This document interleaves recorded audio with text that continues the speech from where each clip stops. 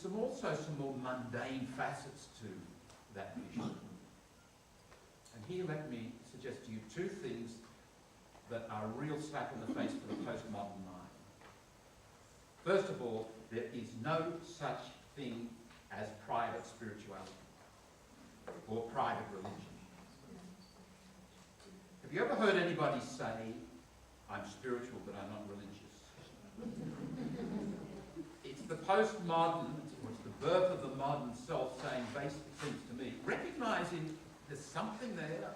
I need to connect with this bigger picture, but don't talk to me about community, institution, public commitment.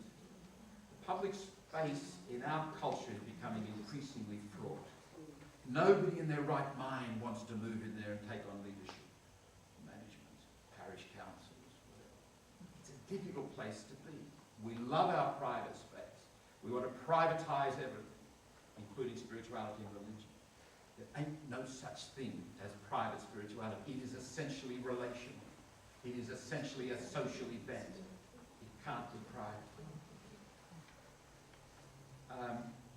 There is a legal dimension. It must be institutionalized.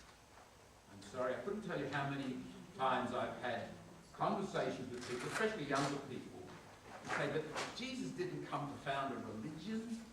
You know, it's the institution's the problem.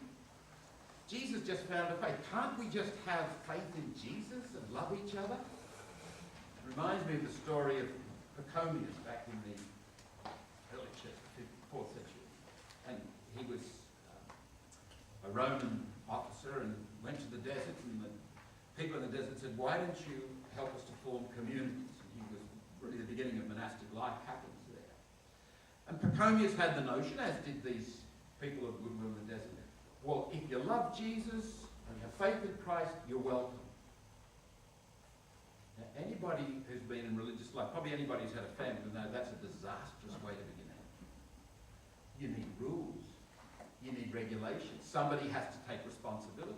Precocious ended up fighting off some of these people with an iron bar. The beginnings of religious life and community. Don't get pious about it. There's a lot of practicality. Human beings do not, of themselves, come together and love each other and work in unity. It's not the nature of the beast. Relationships grow through hard work. We need institutional structures. We need laws. I'm sorry to bring bad news, but that's the fact. Because that's where a lot of the difficulty happens. And at this time in history, we find ourselves wearing our institutions like ill-fitting clothes. We can't do the buttons up. They bite us under the armpits. They just don't fit.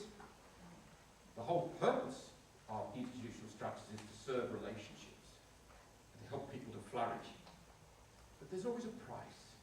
Human beings don't cope perfectly with institutional structures. All right, that kind of vision must sooner or later find concretization in detail.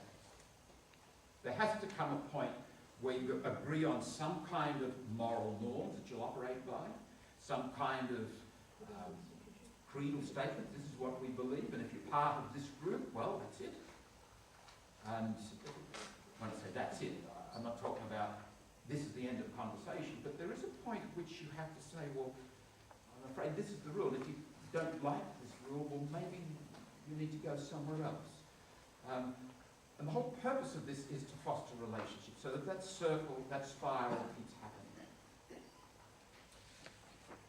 I'll say a couple of things now about the loss of focus, because I think, as a matter of fact, all of us get tired of conversation.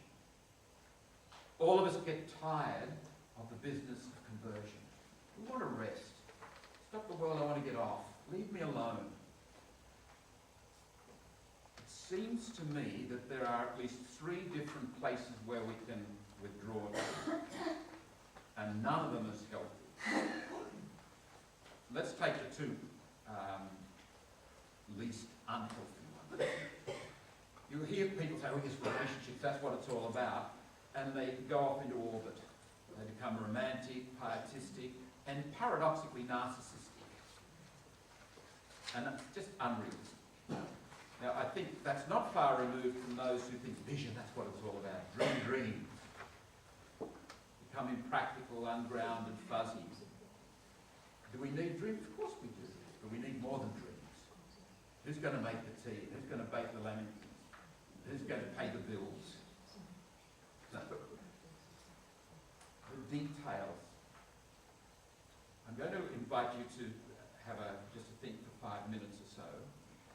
I'm going to suggest to you now that the most likely place systems, human groupings, pull out of a conversation is with the details. And my question to you is why? Maybe you don't agree with that, but in my experience, it seems to be the case. And we go across, instead of moral norms that are open to conversation and exploration, we shift into moralism. And instead of creedal formula, which is healthy dogma, and the great truths of the faith we proclaim, we get into dogmatism. And instead of good, healthy institutional structures that serve relationships, we get into institutionalism, and we get into legalism. And in that sense, we reduce the relational reality to an ideology. It becomes a package. There's one word that keeps coming to my mind, but I'll let you say it later on. That is not far removed. That is not far removed from sectarianism, bigotry, fanaticism, and violence. Once you've slipped out of the circle of conversation, you are prone to us and them kind of attitudes.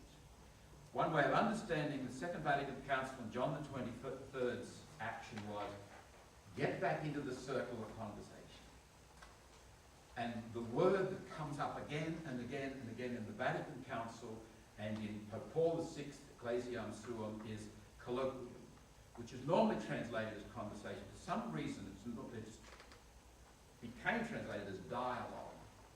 And I'm happy with the word dialogue, but it has a sort of an abstractness about it that conversation doesn't have. Conversation seems more human to me. Let's take 5 minutes, reflect with one another about that diagram, what it makes you think about, what you agree with, what you don't agree with, and what might be the causes which prompt you to get out of the conversation. 5 minutes.